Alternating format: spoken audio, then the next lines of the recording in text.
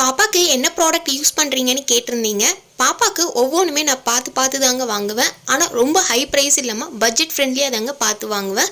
கூகுளில் அதில் நிறைய ரிவ்யூஸ் இருக்கா, ஸோ யூஸ் பண்ணவங்க எப்படி சொல்லியிருக்காங்கன்றதையும் பார்த்து தான் வாங்குவேன். ஸ்ரீ பாப்பாக்கு ஆரம்பத்தில் மை வைக்கும் போது ஐடெக்ஸ் மை தான் யூஸ் பண்ணியிருந்தேன்.